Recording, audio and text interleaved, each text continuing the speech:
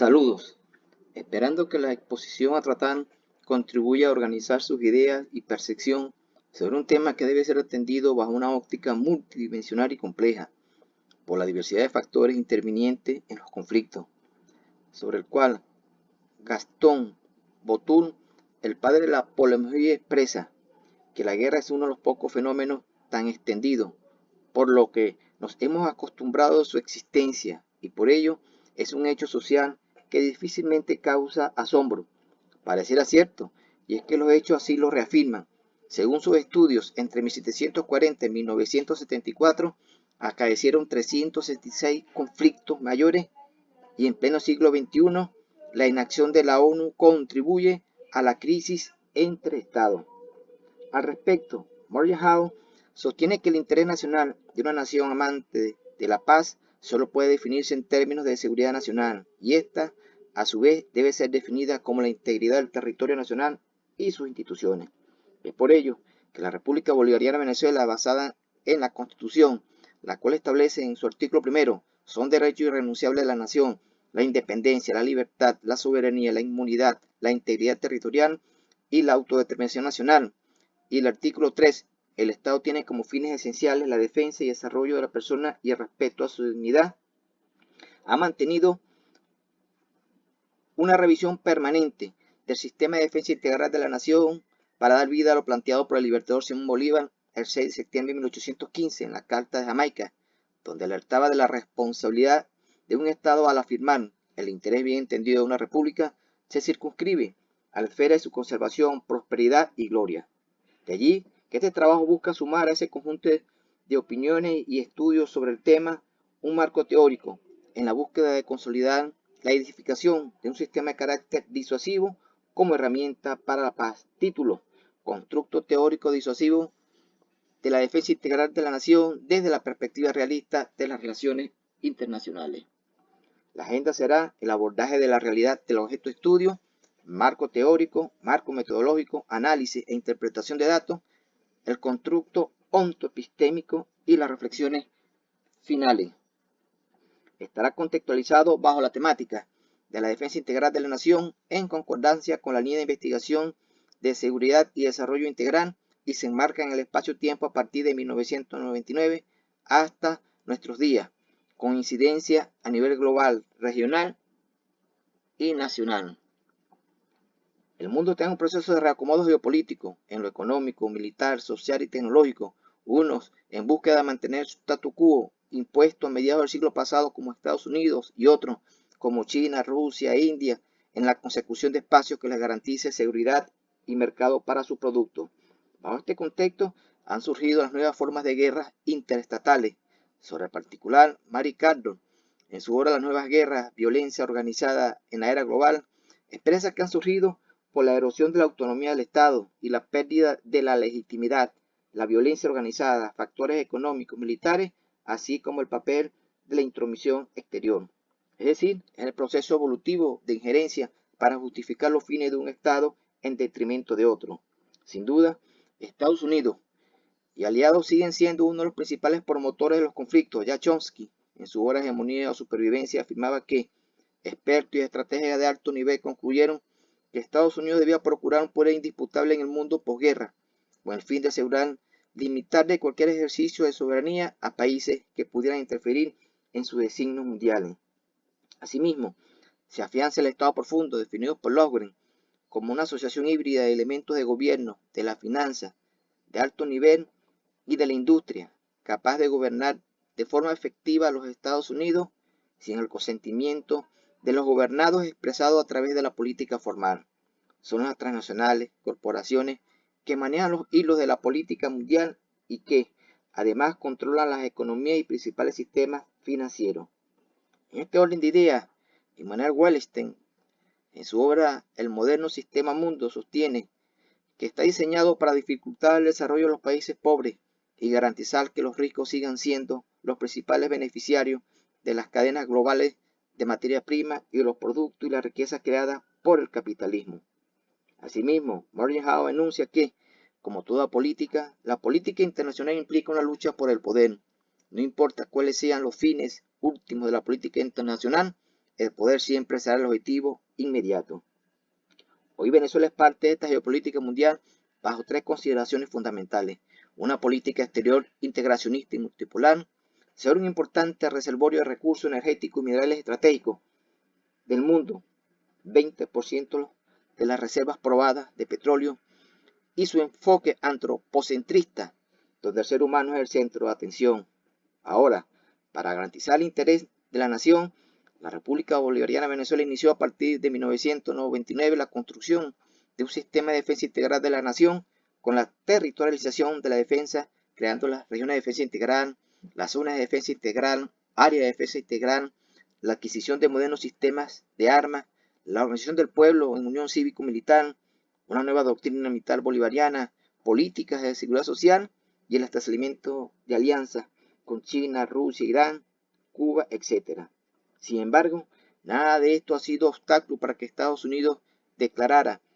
a Venezuela una amenaza inusual y extraordinaria a su seguridad nacional en marzo del 2015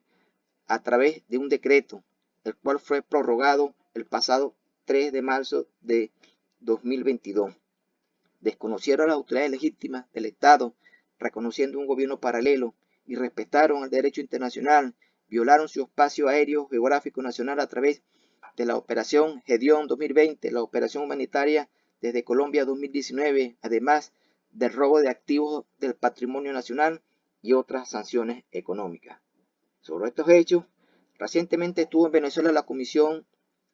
de la Relatoría Especial de las Naciones Unidas para los Derechos Humanos, y en su informe preliminar concluyen, entre otros, que el impacto de las medidas coercitivas unilaterales ha tenido un efecto devastador en toda la población venezolana. Basado en la naturaleza ontológica de este fenómeno, se generaron las siguientes interrogantes de investigación. ¿Cómo proponer un constructo teórico disuasivo de la defensa integral de la nación desde la perspectiva realista de las relaciones internacionales? Y tres interrogantes específicas.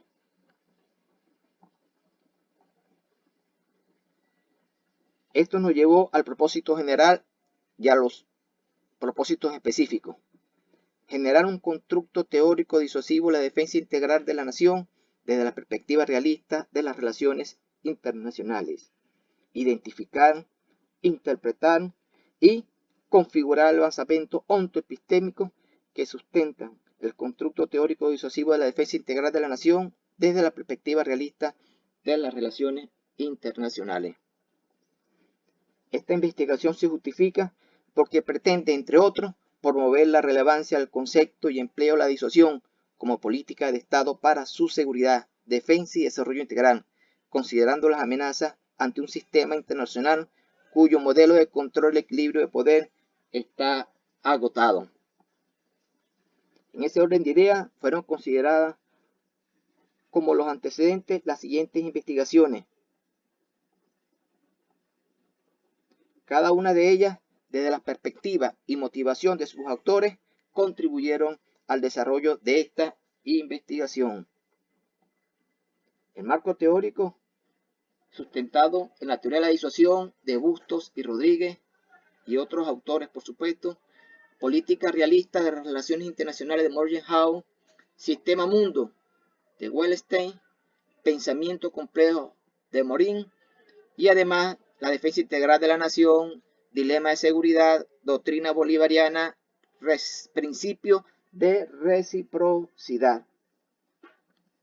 En cuanto al marco legal, la Constitución de la República Bolivariana de Venezuela, la Ley Constitucional de la Fuerza Armada Nacional Bolivariana, la Ley Orgánica de Seguridad de la Nación, la Ley Orgánica del Servicio Exterior, Plan de la Patria y el Concepto Estratégico Militar. En cuanto al marco metodológico, paradigma interpretativo, enfoque metodológico cualitativo, el enfoque epistemológico fenomenológico y el método fenomenológico hermenéutico. En cuanto a la postura filosófica, el investigador está revestido por la praxeología, la epistemología, la axiología y la ontología, Como expresa el doctor Vedan, las 4 dimensiones están íntimamente articuladas y cada una es condicionada por la presencia de las otras. Es decir, su complementariedad permite darle consistencia a la investigación. En este orden de ideas, en cuanto al marco metodológico, los informantes clave fueron profesionales de la Fuerza Armada Nacional Bolivariana en reserva activa, con amplia experiencia y conocimiento del proceso evolutivo de la defensa integral de Venezuela, pero además de la política nacional e internacional con respecto a las relaciones entre Estados. Se les aplicó una entrevista no estructurada, asimismo, técnicas de procesamiento y análisis de información cualitativa, a través de la categorización y codificación, estructuración y contrastación, interpretación y teorización. En esta fase se desarrolló un proceso dirigido a la comprensión e interpretación de los datos suministrados por los informantes clave sin alterar su contenido, en la búsqueda de su esencia, sobre el cual Husserl será el producto de la conexión de la actitud natural para alcanzar la conciencia pura o trascendental. Asimismo, Gadamer expresa: comprender e interpretar texto no es solo una instancia científica, sino que pertenece con toda evidencia a la experiencia humana del mundo. En tal sentido, se procedió a la categorización cualitativa, como lo señala Martínez, es el proceso de clasificar y codificar el contenido de cada unidad temática. Para ello, se condujo la actividad de microanálisis definido por Strauss y Corbin. Es el análisis detallado línea por línea, necesario al comienzo de un estudio para obtener las categorías iniciales, que para el investigador fueron la defensa integral de la nación, las relaciones internacionales y la disuasión. Asimismo, se identificaron a través de la codificación abierta y axial las unidades de significación, que son conceptos o términos amplios, y la unidad descriptiva, las cuales se relacionan o giran alrededor de la unidad de significación y la categoría. Seguidamente vino el proceso de estructuración,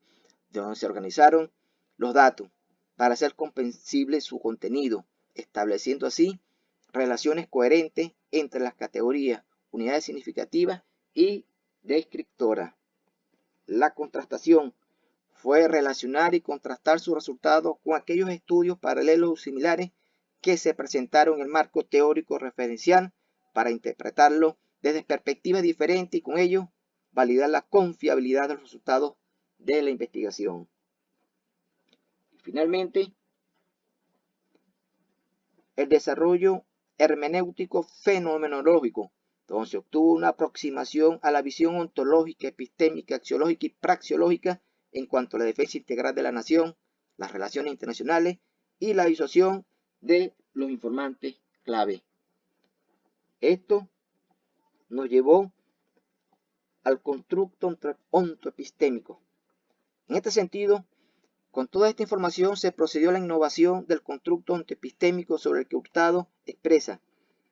la elaboración del constructo consiste en una invención donde el motivo ocurrente permite el despegue humano del pensamiento y su aventura de acción creadora. Es una invención donde la inspiración, deseo, espera u ocurrencia son sumamente trabajados. Asimismo, Gadamer no significó solo reconocer las limitaciones de la propia perspectiva, sino que exigió también ir más allá de las propias posibilidades a través de un proceso dialógico, comunicativo y hermenéutico. Igualmente, Husserl señala que el conocimiento natural empieza con la experiencia y permanece dentro de la experiencia. Con todo este marco referencial se presenta la dimensión filosófica argumentativa. La primera dimensión constituyó la ontología, estudio del ser, que comprendió señalar el conjunto de agresiones y amenazas contra la República y el proceso evolutivo del marco legal, sublegal y doctrinario a partir de 1999, materializado en nuevos fundamentos jurídicos y doctrinarios, el concepto estratégico militar, la creación de la Universidad Militar Bolivariana, del sistema defensivo territorial, de la milicia bolivariana, el Comando Estratégico Operacional y los órganos de dirección de defensa integral, entre otros. Del análisis de esta realidad expuesta es que surgió el fenómeno de estudio, identificado como el carácter disuasivo de la defensa integral de la nación. La segunda dimensión, la praxeológica, que de acuerdo con Vedant, comprende desde un punto de vista general las diferentes conductas humanas y las actividades de creación, de producción y fabricación, las prácticas, los métodos de trabajo y los escritos, las obras, los productos y los resultados. Hacia ella se orienta la praxis metodológica, que abarcó la aplicación del paradigma interpretativo, el enfoque cualitativo, la epísteme fenomenológica, el método fenomenológico hermenéutico y el análisis de la información, con el objeto de generar un resultado, un aporte que contribuya a cambiar una realidad, una nueva forma de percibir y reorientar la política relacionada con la defensa integral de la nación, de tal manera que impulse la transformación de una realidad objetiva que afecta a la sociedad venezolana en general. Tercera dimensión, la epistémica, que se manifiesta con la innovación del nuevo conocimiento del constructo teórico disuasivo de la defensa integral de la nación desde la perspectiva realista de las relaciones internacionales y los conceptos emergentes de la defensa integral de la nación, las relaciones internacionales y la disuasión. Sin duda un esfuerzo que requirió reflexión, imaginación, creatividad y sobre todo lógica para su valoración. La cuarta dimensión, la axiológica, el estudio de los valores individuales y colectivos del actor e informantes clave, que transversaliza perpendicularmente el resto de las dimensiones. Y, en ese orden de ideas, la estructura de la dimensión filosófica argumentativa igualmente fue transversalizada por las teorías empleadas para dar sustento al hallazgo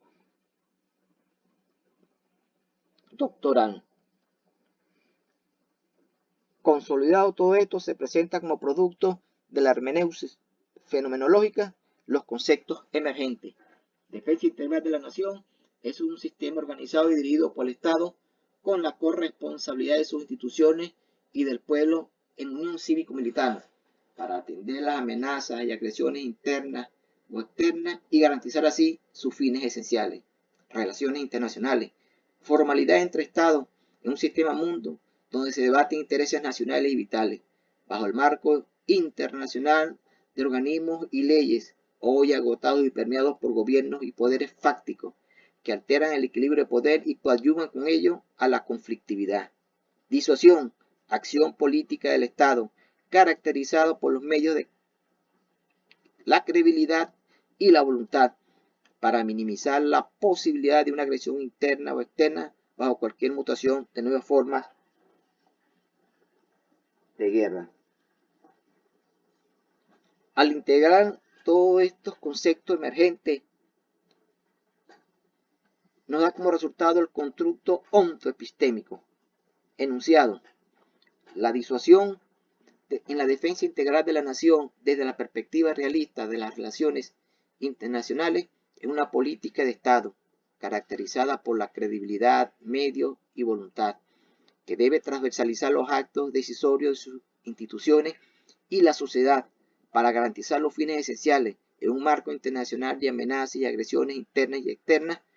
donde los organismos reguladores de respeto al derecho internacional y el equilibrio de poder están permeados por intereses de gobiernos y poderes fácticos. Por lo tanto, consciente de que la política entre Estados es dinámica según los intereses, el accionar disuasivo debe generar un efecto psicológico creíble al precisar con real voluntad política que ante la violación de la resolución 3314 de la Asamblea General